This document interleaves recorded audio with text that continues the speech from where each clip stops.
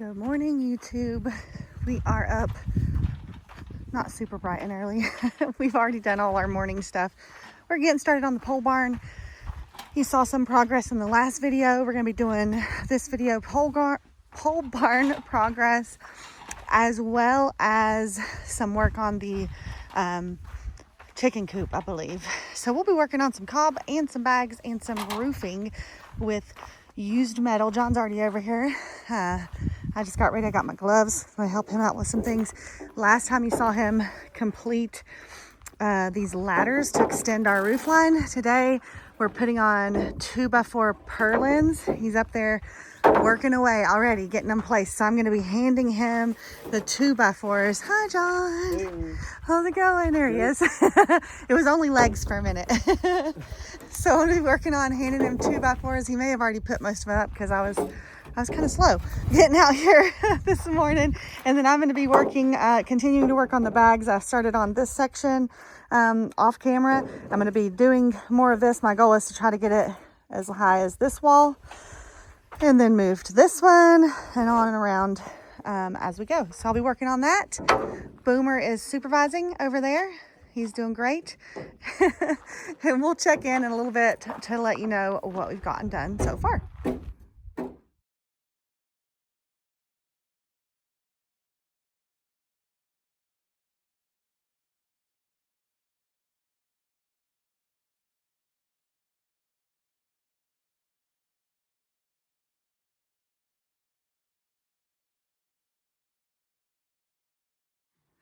All right, I have finished one batch of my bag mix, so I'm gonna go mix another one. I got the finished up 2 full layers on my wall over there, and you probably can see in the time lapse, I have still, because of my rubble layer is very imperfect, but it is a deep, 3, 4, 5 inches in some places rubble layer under there. Dry stone for drainage, all of that stuff. So there is a dip still in the middle and in another spot over there. But my main concern right now, I can make up a dip in the middle and any kind of, I guess, undulation this way. But the main thing I'm trying to do with this is to keep it plumb this way, stacked up plumb. So that's what I'm really focusing on, is keeping it plumb and keeping it straight between these walls. Actually, it doesn't even bother me if it has a slight, wave out this way, as long as that wave stays consistent and it doesn't bulge out further and further as I go up. I want it to be plumb vertically this way. So I'm trying to get I think you can see a little bit here. I'm trying to get it plumb between this post and the other one, as I have been with this wall, which you can see the wire changes it a little bit because there's wire on the outside, but you can see on the inside, this wall, it's staying very plumb, and that's what I want. The bumps along the middle, that just helps it bond, honestly, with the layer below it, so it's okay. This mix has no fortifier in it. It's just soil mixture. So I'll be doing cob, like I said in another video, above this at a certain point. So that's what I'm working on. This mesh is just for strength, overall strength for this particular project and for our plaster, and to help with my cob that will be laying up here, just to give it a little bit more lateral kind of structure there. That's the dog door, because this is going to double as an enormous dog house, but other, workshop shed space as well. But I did want to show you the roof so far. John's making great progress on this. We have the overhang. I think we have it pretty set. He's adjusting the 2x4 purlins as we speak, and kind of deciding exactly the length that they'll be hanging out. There'll be a wider overhang on the sides. We're using used roof metal, so you can see we're overlapping quite a bit, and there's some old holes already in that roofing metal, and there's some pieces that have some old rust damage and stuff. So we're going with a pretty wide, you probably can't see it up there, it's a pretty wide overlap from one piece to the other, just to help with any of that damage and any holes that are in here. This is an outdoor structure, it's not a house for us, but we can patch those with a certain tape as we go, once we get the whole thing done. And we want to be able to have a gutter back here so that we can collect water into that for our garden use. So that's the goal here. It's looking really good. The purlins are going on. Once we get all the purlins on and all the metal on, we'll be doing hurricane tie brackets. It's hard to show in the sun, sorry about that, between the 2x4 purlins and the 2x6s that are out there. So we'll be working on that. We're going to keep on going on this project, and I'll give you an update in a little bit. It's looking really good. This wall is really nice and strong, and I'm hoping to get this one. This one obviously will not be this high today. I can only do 4 or 5 layers before I really need to stop and let it set up. But you can see here's an example of some variation in the side to side depth on the Rebel base. But the overall will be, you know, plumb and level as it goes out.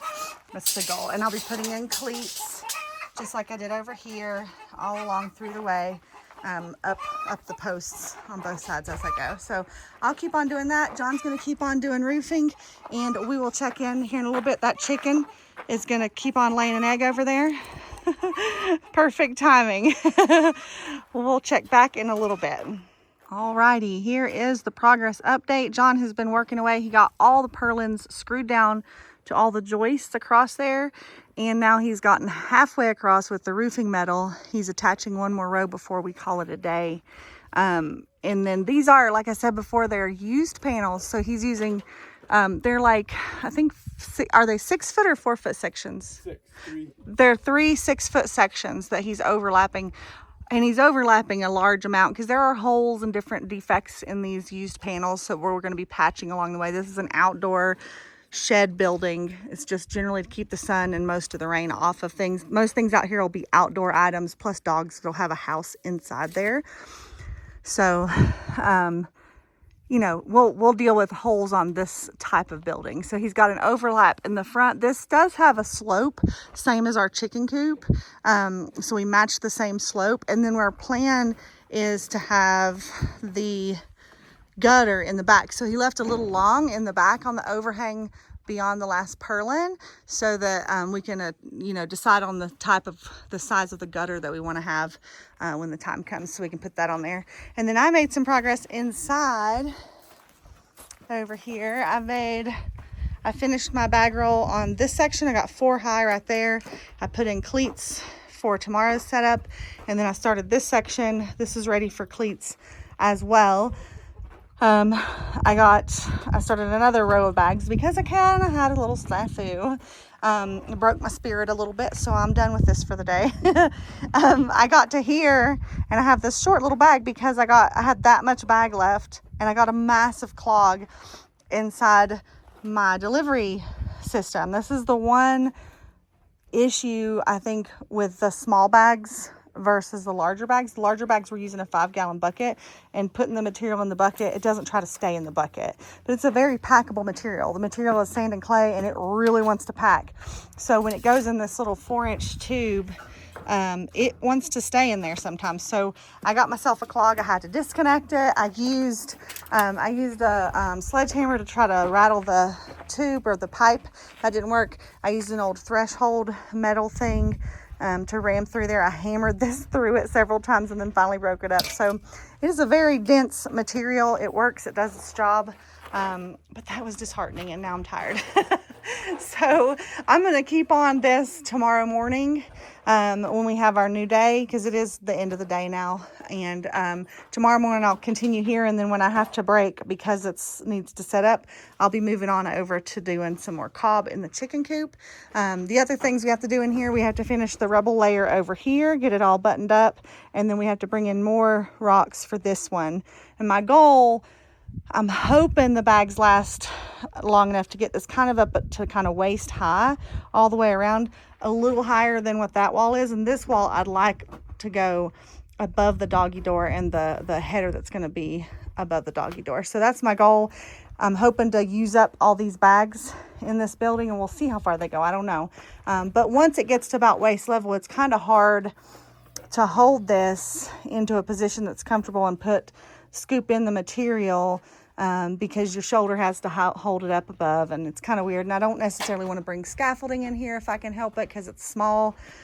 It's a small space. So we'll see how high I can get it and how much bag I have left over, but we're working on it. And then once I think I mentioned in this video, maybe not, but once I get to a certain point, it will be cob above that, which is much different material. Well, it's not really different. It's just this material with straw added essentially and no form.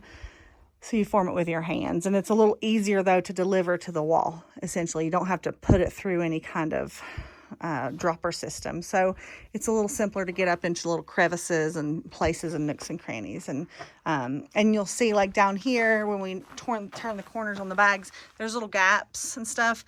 That's what the cleats help with, but that's what cob, we'll be sticking cob in there as well. So there'll be no gaps once it's all said and done. And there'll be cob plaster on the outside. So there's a lot of benefits to that. So that's the progress so far. We're getting ready to call today. John's going to do the very last row. He's actually beyond halfway. This is super exciting. This is the halfway point of our structure. We have this rail across here, and we're going to have another one on that set of posts so that we can store long lumber up here in the roof line area for this, so it'll be out of the sun and it'll be out of our way. So that's the idea there. Anyway, I'll stop talking so John can get back up that ladder. He's waiting patiently. And we'll check back in probably when we're working on the chicken coop cob. So, change of plans for the rest of this video. We got some unexpected weather. It's snowing, starting to stick. We usually get our snows up here usually like 4 or 5 inches maximum. I think last year or the year before we might have gotten like 6 inches one time. It's enough to be really pretty, and then it goes away, which is great for me. I'm not a huge harsh winter person. I kind of like it mild. That's why I live in the high desert. So I like to look at it for a minute. I like seasons, but you know, then it's nice for the seasons to be mild. And that's what I like. So we're going to deal with snow. I was planning on doing cob for the rest of this video in the chicken coop. However, with this snow, or after this snow, I should say, we should be getting unseasonably cold nights. The snow won't stick around, but the cold will. So I'm going to be not able to do cob or lime work with the bags because it's not good to do that in temperatures below freezing, because it can, you know, you're using a lot of water with those things, and cob, and especially the lime, it has some chemical reactions and stuff going on. And if it's too cold, it won't set right. It can damage the final product. So I don't want to do that. I want my product at the end to be nice. So I'm going to be holding off on that for the next several days. Even though the snow will go away, we will have cold nights, and we will be working on other things around the property, things that don't require cob work, essentially. So we have a lot of fencing that we're going to be doing, especially around the pole barn for Zip and Ringo. We have to reconfigure some of the corral stuff. We'll be doing a little bit more of that in the rest of this video so that you can get this out on time.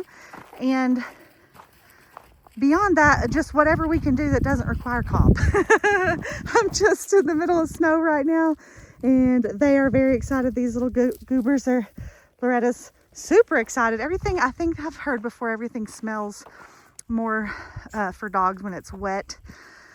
And we haven't had rain out here in a couple of months, not even a little bit of rain. So this will be a nice moisture, dust tamping situation. So that'll be good. No cob work, but you know, sometimes you just got to roll with it and go with it, especially when you're out here building with natural practices. You have to deal with natural occurrences like this. So this is snow. This is what happens. If I get any more beautiful stickiness of it, I'll show you on here. It is starting to stick, I can see on camera. But anyway, we're gonna finish our walk. We're very excited. they're getting snow on them and shaking away. So we're gonna finish our walk. My hands are getting cold, and then we're gonna go cozy up and watch some TV and sort some paperwork and do inside stuff, which is boring for YouTube. So I won't bore you with that, but I'll check back in when we're doing whatever it is non-cob related for the rest of this video.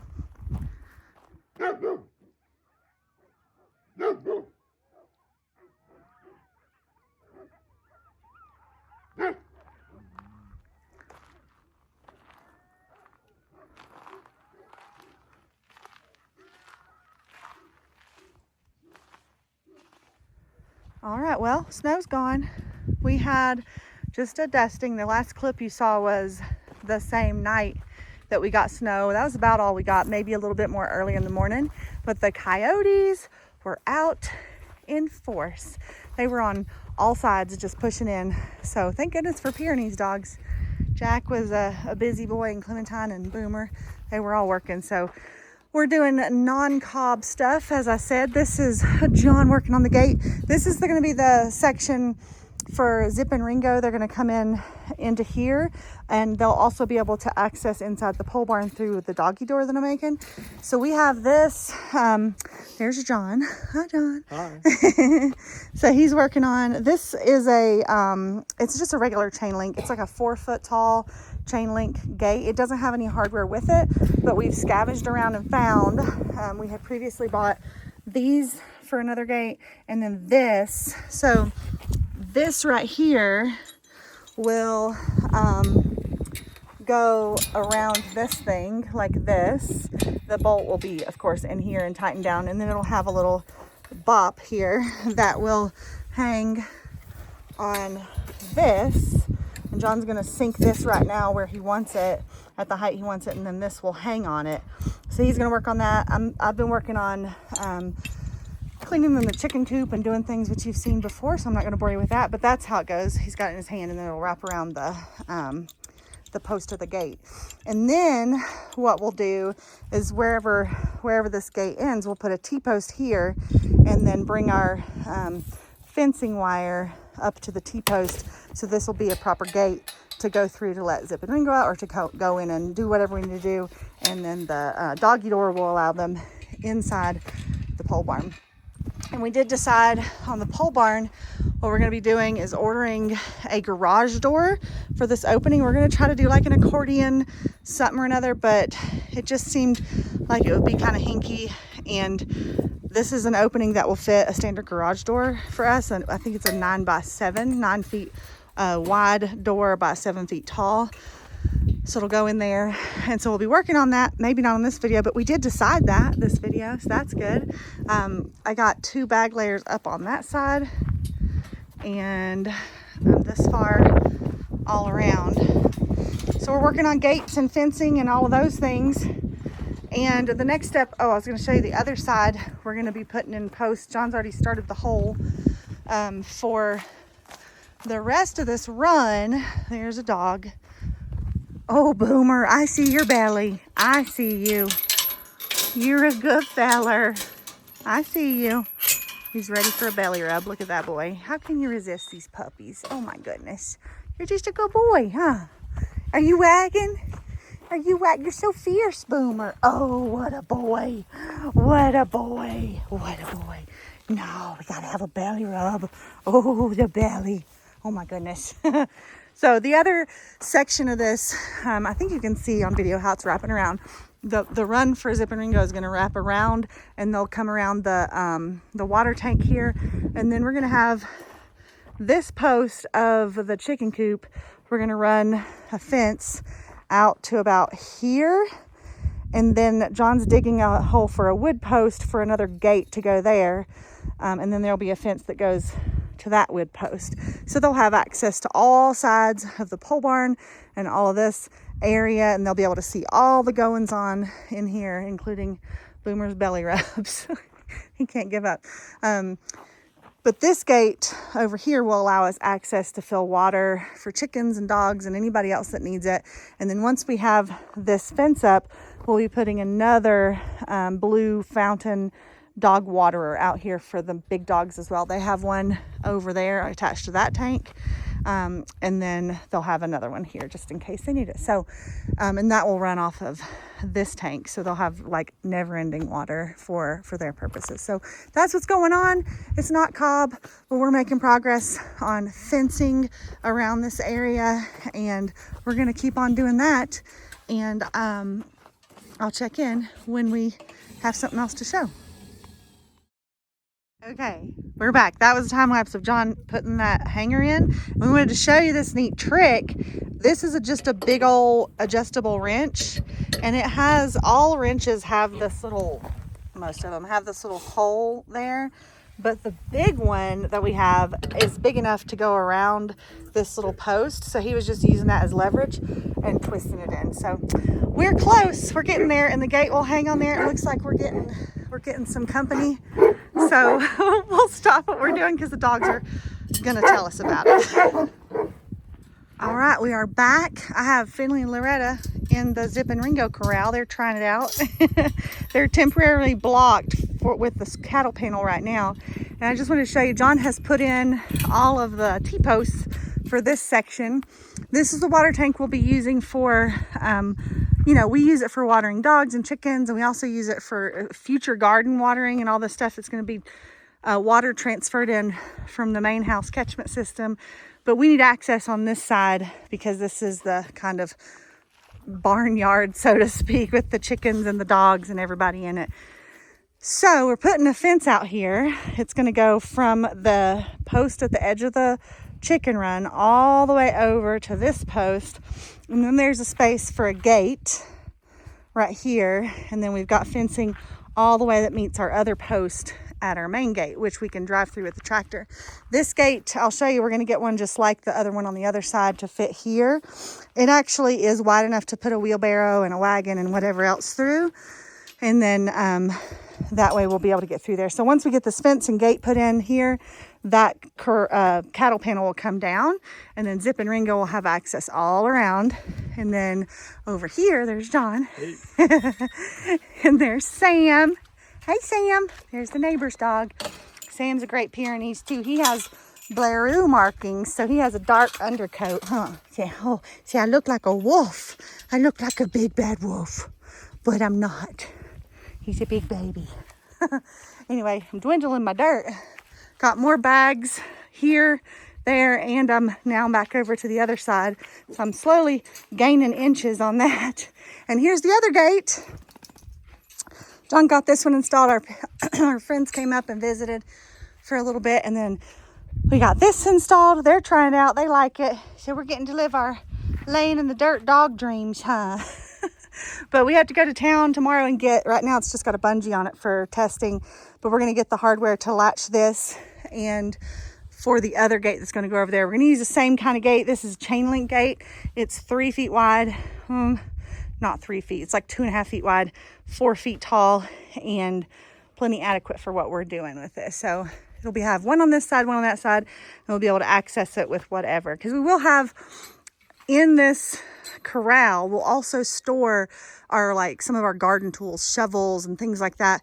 Ladders will be hooked to the back of this building on the outside. On that side of the outside building, I'll have a rack for all our shovels and rakes and all that. So we need access from both sides and to be able to get in and let Zip and Ringo in and out. And there's their dog door. So they'll be able to come out this way or through there. This area, like I said earlier, will be a garage door. So they'll have lots of access, and so will we. So that's what I wanted to show you.